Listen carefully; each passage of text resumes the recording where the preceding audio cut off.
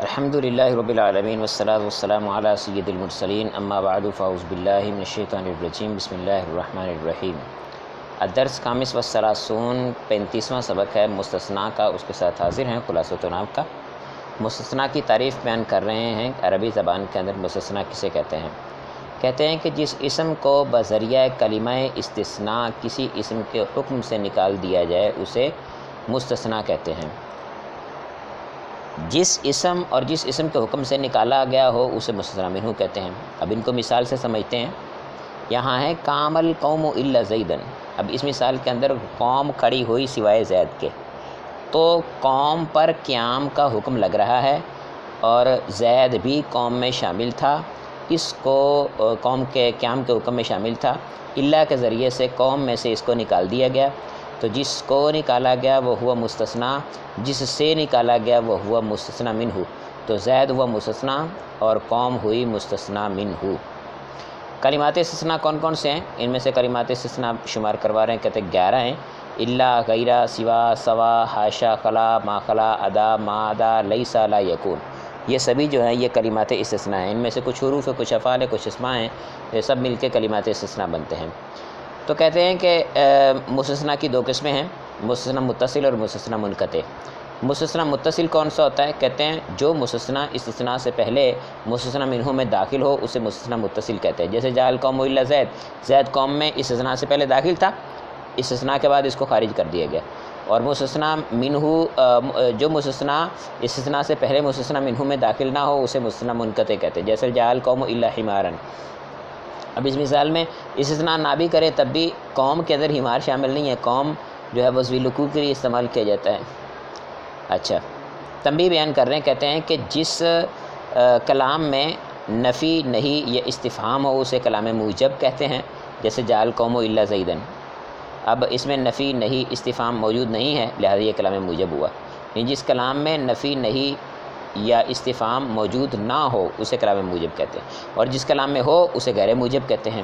جیسے ما جاء القوم الا زیدن، اب اس میں نفی موجود ہے۔ لا تکرم القوم الا بکرن، بکر کے سوا تمام قوم کی تو اکرام کر، عزت کر، تو یہ نہیں ہے۔ اقام احد الا بکرن، کیا بکر کے علاوہ کوئی کھڑا ہے؟ یہ استفہام کی مثال ہو گئی۔ پیچھے جو مثال تھی جاء القوم الا حمار، حمار کے علاوہ ساری قوم آئی، جاء القوم الا زید، زید کے علاوہ ساری قوم آئی، یہ اس کا ترجمہ تھا، ترجمہ تقریباً ہو چکا۔ چلیے جی، مستثنیٰ کا اعراب بیان کر رہے ہیں۔ مستثنیٰ کا اعراب کافی ٹپیکلی ہوتا ہے، یہ طلباء کو اکثر بھول جاتا ہے، اور پڑھنے کے ٹائم میں جس دن سبق سناتے بس اسی دن یاد ہوتا ہے، اس کے بعد پھر بھول جاتا ہے۔ پریکٹیکل لائف میں استعمال بہت کم ہوتا ہے اس کا، اس وجہ سے جو ہے وہ بہت کم یاد رہتا ہے۔ مستثنیٰ مفرغ اور مستثنیٰ غیر مفرغ، دو اصطلاحیں تو انہوں نے اوپر بیان کر دی ہیں، متصل اور منقطع والی، اور اسی طرح موجب اور غیر موجب والی۔ یہ مستثنیٰ مفرغ اور غیر مفرغ کی بھی اصطلاح ہے۔ مفرغ اس مستثنیٰ کو کہتے ہیں جس کا مستثنیٰ منہ کلام کے اندر مذکور نہ ہو صحیح ذکر نہ کیا گیا ہو، اور جس مستثنیٰ کا مستثنیٰ منہ کلام کے اندر مذکور ہو اسے غیر مفرغ کہتے ہیں۔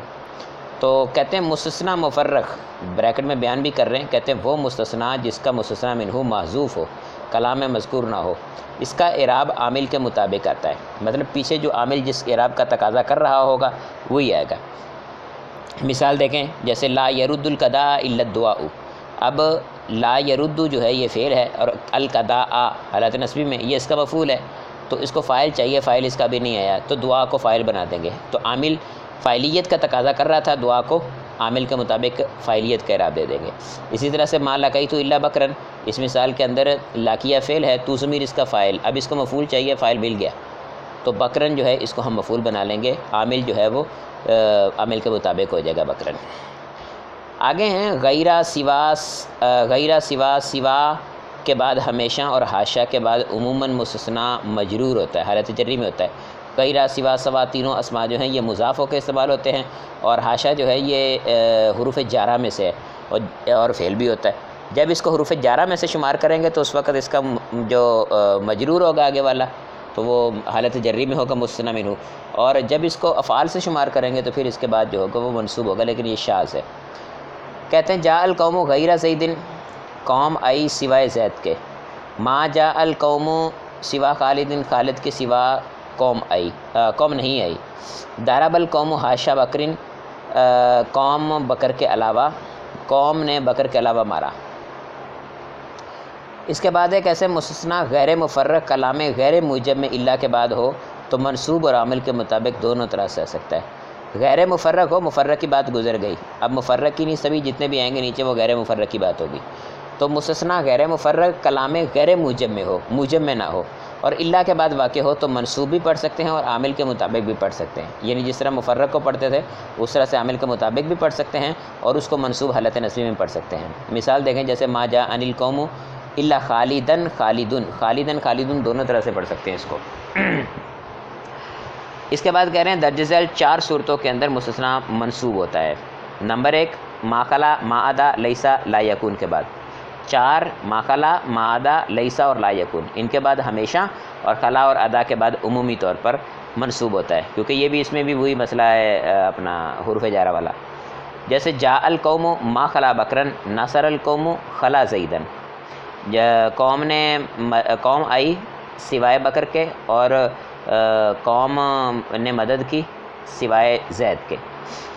ایک صورت ہو گئی۔ دوسری صورت جب مستثنا منقطع ہو، جیسے جاء القوم الا فرسن، ان مستثنا منقطع ہو، اب وہ مفرغ ہے، مفرغ ہوگا تو اس کا تو اوپر والا حکم ہو گیا، غیر مفرغ ہوگا اور منقطع ہو، بھلے موجب میں ہو بھلے غیر موجب میں ہو، منصوب ہوگا، جیسے جاء القوم الا فرسن۔ اس کے بعد ہے جب مستثنا منہو سے پہلے آ جائے، جیسے جاء القوم جاء الا زیدن قوم، اب قوم مؤخر ہو گئی، زید مقدم ہو گیا، تو اس صورت کے اندر بھی منصوب ہوگا۔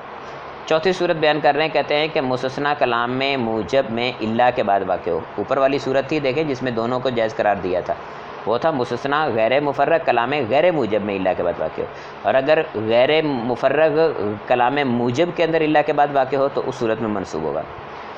اس کے بعد تنبیہ بیان کر رہے ہیں، کہتے ہیں کہ غیرو کو استثناء میں وہی اعراب دیں گے جو الا کے بعد مستثنا کا ہوتا ہے، یعنی الا کے بعد مستثنا کا جو اعراب حالت نصبی جس صورت میں ہے اس میں اس کو حالت نصبی دیں گے، جس صورت میں اس کو الا کو حالت جری ہوتی ہے، حالت رفیع ہوتی ہے، اس صورت میں اس کو حالت رفیع دیں گے۔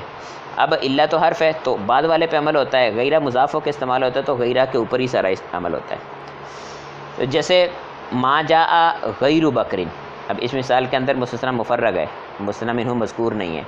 اسی طرح سے ما لقیت غیر بکرین، یہ بھی مستثنا مفرغ ہے، وہ کلام جو ہے وہ موجب کی مثالیں، تو مستثنا مفرغ غیر موجب کی کلام، مستثنا مفرغ ہے تو مستثنا مفرغ ہونے کی صورت کے اندر عامل کے مطابق اعراب آتا تھا، تو پہلی مثال کے اندر جاء کو فاعل چاہیے تو غیر بکرین فاعل حالت رفیع، اور دوسری مثال میں مفعول چاہیے تو غیر خالدین حالت نصبی۔ اسی طرح کہتے ہیں کہ مستثنا ما جاء القوم غیر زیدن یا غیر زیدن، یہ وہ مثال ہے جس میں غیر مفرغ غیر موجب، تو اس مثال کے اندر ہم نے کہا تھا دونوں صورتیں جائز ہیں، تو یہاں پر غیر زیدن دونوں طرح سے کر سکتے ہیں۔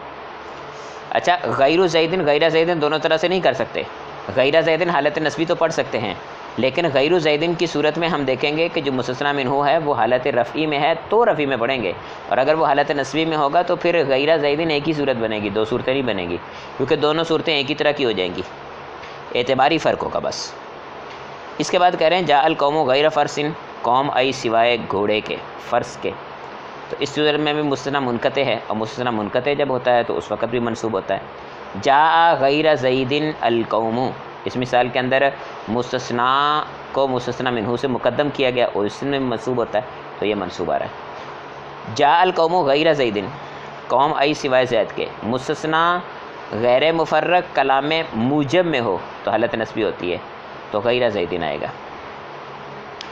اس سبق کو ہم یہیں تک رکھتے ہیں، مشق اگلی ویڈیو کے اندر بناتے ہیں۔ کسی قسم کا سوال، کوئی غلطی میرے سے ہوئی ہو تو آپ واٹس ایپ نمبر موجود ہے ڈسکرپشن کے اندر، اس میں بات کر سکتے ہیں۔ السلام علیکم ورحمۃ اللہ وبرکاتہ۔